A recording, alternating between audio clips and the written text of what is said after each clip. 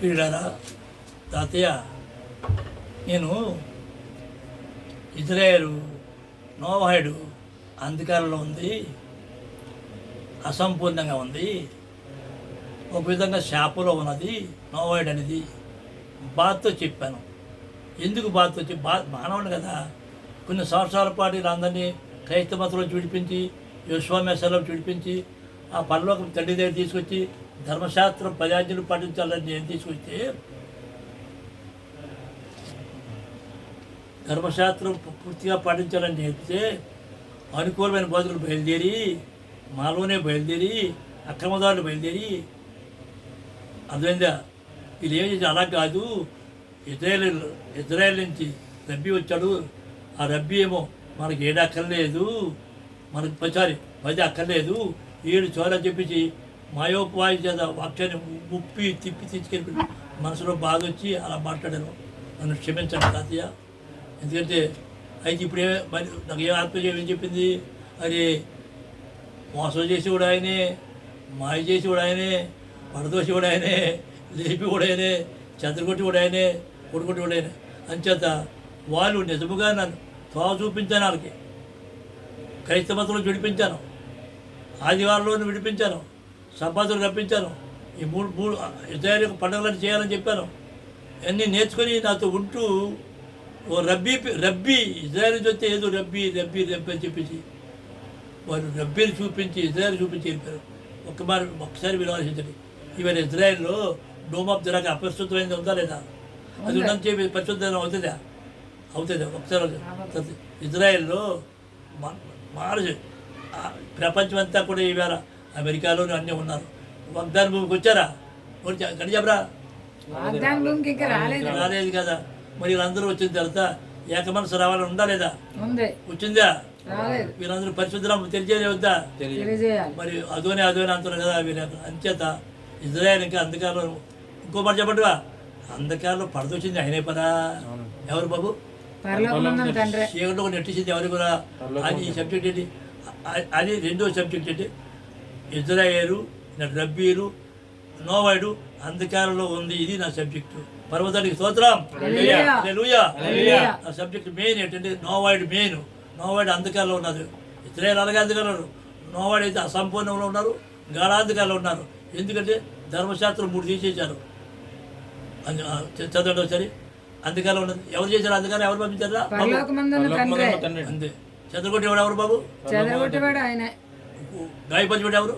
గాయపరిచివాడు ఆయనే. నాకు మనసులో బాధ వచ్చింది, ఇప్పుడు బాధ పోయింది. నాకు ఇప్పుడు ఏ సంతోషంగా మాట్లాడుతున్నాను. నాకు పర్వతానికి స్తోత్రం. చదవండి. అంతకాలం ద్వితీయోపదేశ కాండము 29వ అధ్యాయము 4వ వచనం.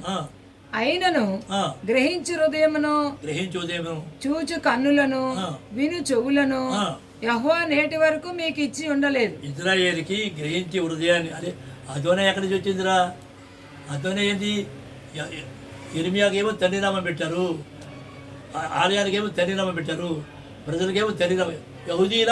యహూదీలు ఇర్మియా అరే అని అది గ్రహించే హృదయాన్ని ఇవ్వలేదు, సూచకులు ఎవరికి ఇవ్వలేదు. తండ్రి ఇజ్రాయేల్కి ఇవ్వలేదు, ఇజ్రాయేల్ నుంచి రబ్బీలు కూడా ఇవ్వలేదు, వాళ్ళ అనుసరులు కూడా ఇవ్వలేదు అని అర్థమైందా? మళ్ళీ చదువు, మరొకసారి చదవమ్మా. అయినను అక్కలేదు, పోలే అక్కలేదురా. మరొకసారి 29 ద్వితీయోపదేశ కాండం 4వ వచనం. అయినను గ్రహించు హృదయమును చూచు కన్నులను విను చెవులను యెహోవా నేటి వరకు మీకు ఇచ్చి ఉండలేదు. రబ్బీలకు ఇవ్వలేదు. ఈయన రబ్బీలు నోవాహుడు వారికి ఇవ్వలేదు. తప్పాలు కాదు, వారికి అంధకారంలో ఉన్నారు, చీకట్లో ఉన్నారు, అసంపూర్ణులు ఉన్నారు. ఆయన ఇవ్వలేదు. ఎందుకు ఇస్తారు? ఎప్పుడు ఇస్తాడు? ఆ సమయం ఇంకా రాలేదు అని అర్థం. వారు అనుసరణకి ఇవ్వలేదు. ఇజ్రాయేల్ నుంచి వచ్చారు అని కూడా తప్ప వాళ్ళు అంధకారంలో ఉన్నారు. వాళ్ళకి ఇంకా కళ్ళు తెరబడేదని చదువు వీళ్ళకి తెలియలేదు. వీళ్ళు ఏం చేశారు? ఒకప్పుడు అనుసరులు ఏం చేశారు? అరే కొన్ని సంవత్సరాల పాటు డాక్టర్ అన్నయ్య మమ్మల్ని విడిపించడే, క్రైస్తవత్వం నుంచి విడిపించడే, ఇస్లాంలోకి ఎలా చూపించడే అన్న కృతజ్ఞత వీళ్ళకి లేదు. అందుకని అంధకారంలో చూసే కనులు, వినే చెవులు వారికి ఇవ్వలేదు, వీళ్ళకి ఇవ్వలేదు అని అర్థమైపోయింది. ఆయనకి రెండో చదవమ్మా. యెషయా 29వ అధ్యాయము 10వ వచనం. ఆ, యెహోవా మీ మీద గాఢ నిద్ర ఆత్మను కుమ్మరించి ఉన్నాడు, మీకు నేత్రములుగా ఉన్న ప్రవక్తలను చెడగొట్టి ఉన్నాడు. అది ఎవరు ఈ రబ్బీలు ఎవరు ఎవరు రబ్బీలు ఎవరు జరుగుతాడు? ఆయనే. తండ్రే ఈ నేతారు కదా. ఆ రబ్బీ అరే కనీసం 30 మంది ఆంధ్ర తెలంగాణ ఉన్నారు. ఆ రబ్బీ ఈ రబ్బీ మాట్లాడుకోరు. ఆ రబ్బీ అది ఒక నప్పదు, ఒకరికి నప్పదు. చుల్లో నలుగురు నోవాడే నలుగురు ఆడికి నప్పదు. ఇక్కడ ఏమిటి అంత మీకు శిరస్సులుగా ఉన్న దీర్ఘదర్శులకు ముసుగు వేసి ఉన్నాడు. రబ్బీకి ఏమి చేశారు బాబు? పరలోకమందున తండ్రి అయినా ముసుగు వేశారు రా బాబు. ఆ ముసుగులో ఈరు పడిపోయి వాళ్ళ ముసుగులో ఈరు పడిపోయి. అర్థమైందా? బాబు షాపేనా? అర్థమైందా? మీ నాన్న ఎక్కడ పడ్డాడు? ముసుగులో పడిపోయాడు. ఒరే అమాయకుడు, మీ నాన్నకి సజీవ్ అని పేరు పెట్టాడు రా. ఇవేమైపోయాడు? నిర్జీవ అయిపోయాడు రా. సత్యము రా. ఎంత నిర్జీవ అయిపోయాడు? 10 ఆజ్ఞలు పట్టించి పోయి 7 ఆజ్ఞల్లోకి వెళ్ళాడు కాబట్టి నిర్జీవ అయిపోయాడు. అప్పుడు సజీవని పేరు పెట్టిన నేనే మరి నిర్జీవ అయిపోయాడని బాధపడేవాడి. ఏం పడుతున్నాను? ఇంతేది ఒకడు చేసిన పని ఫలించిన ఎడల జీతం పుచ్చుకుంటాడు. నేను చేసిన పని ఫలించి తండ్రి దగ్గరికి వచ్చే కదా నా జీతం నష్టపోయింది. ఆటోమేటిక్గా నేనే కదా. బాధ కోప బాధ చదువమ్మా. యెషయా 29వ అధ్యాయము 18వ వచనం. ఆ దినమున చెవిటి వారు గ్రంథవాక్యములు విందురు, అంధకారము కలిగినను గాఢాంధకారము కలిగినను గుడ్డివారు కన్నులారా చూచెదరు. ఆ రోజు వస్తుంది, ఇప్పుడు కాదు. పోలే, ఆ రోజు రాలేదు. ఆ రోజు వస్తుంది, ఎప్పుడు చెప్తారు. అది ఎప్పుడు వస్తుంది అది కూడా చూపిస్తాను. యెషయా 44వ అధ్యాయము 18వ వచనం. వారు వివేచింపరు గ్రహింపరు. అరే బాబు పని చదవమ్మా. వారు వివేచింపరు గ్రహింపరు, చూడకుండానట్లు వారి కన్నులు కప్పబడిను. అరే ఈ రబ్బీలు, అరే ఆ రబ్బీ హైదరాబాద్లో రబ్బీలు నలుగురు ఉన్నారు.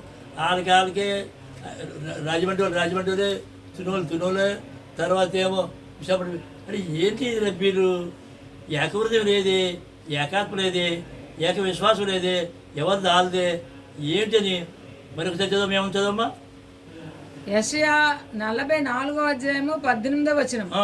వారు వివేచింపరు గ్రహింపరు. ఆలోచించరు. అరే ధర్మశాస్త్రంలో దేవుడట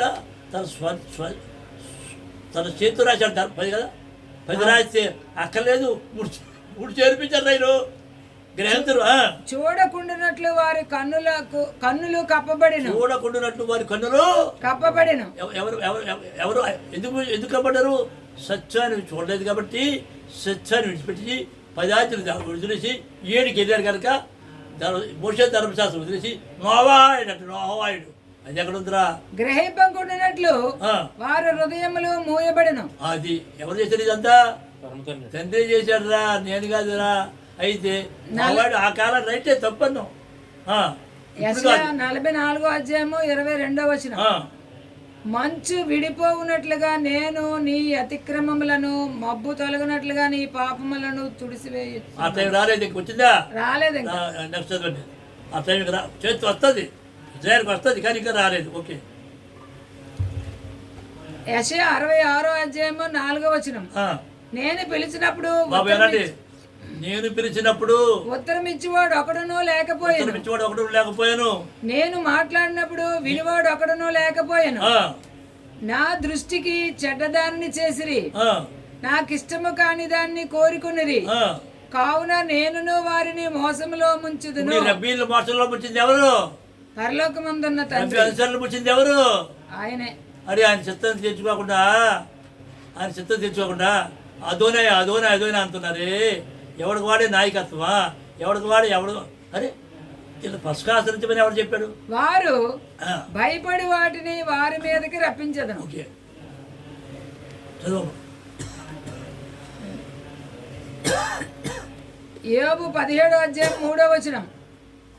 17:4.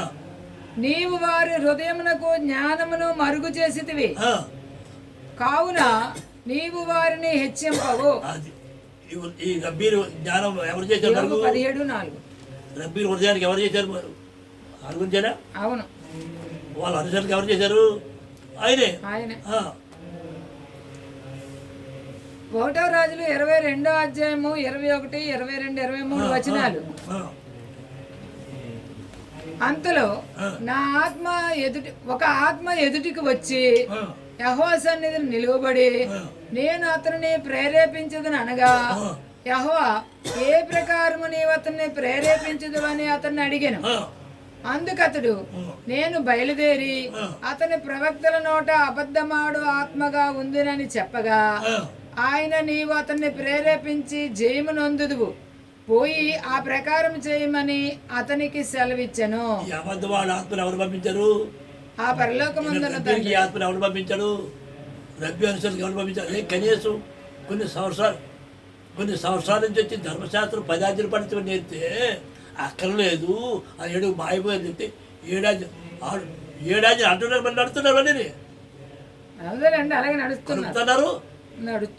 పేరు నోవాయుడు ఏంటి అంతా బాధేడు బాధ తెలిసిపోయింది. ఆ తండ్రి వెనుక మోసపరిచాత్మలు ఎవరు పంపించారు బాబు? నిత్యత మోసపోయి వాడిని ప్రేమిస్తున్నారు కనుక, మోసపోయి వాడిని అప్పిస్తున్నారు కదా, మోసపరిచాత్మలు పంపించాడు. అయినే ఒకసారి చదవండి. రెండో దశలోనిక 2వ అధ్యాయము 4వ వచనం. 2:11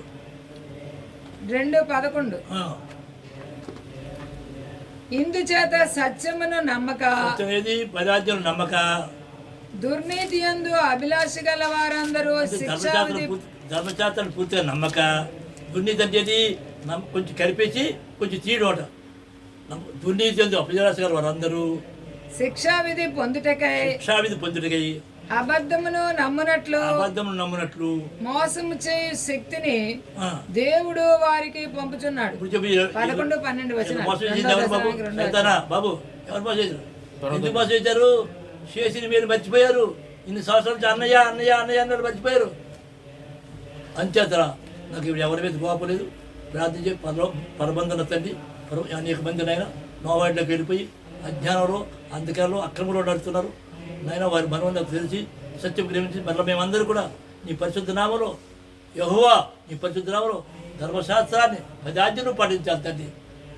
పరిపూర్ణం చేయమని విడిపించమని మేమందరూ కలిసి నిన్ను స్తుతించి ఏర్పాటు చేసే స్థలంలో నీ సన్నిధిలో మేము ఉండాలి సహాయం చేయమని యెహోవా నీ పరిశుద్ధాలను బట్టి అడుగుతున్నాను తండ్రి. హల్లెలూయా. హల్లెలూయా. హల్లెలూయా. హల్లెలూయా. షలోమ్.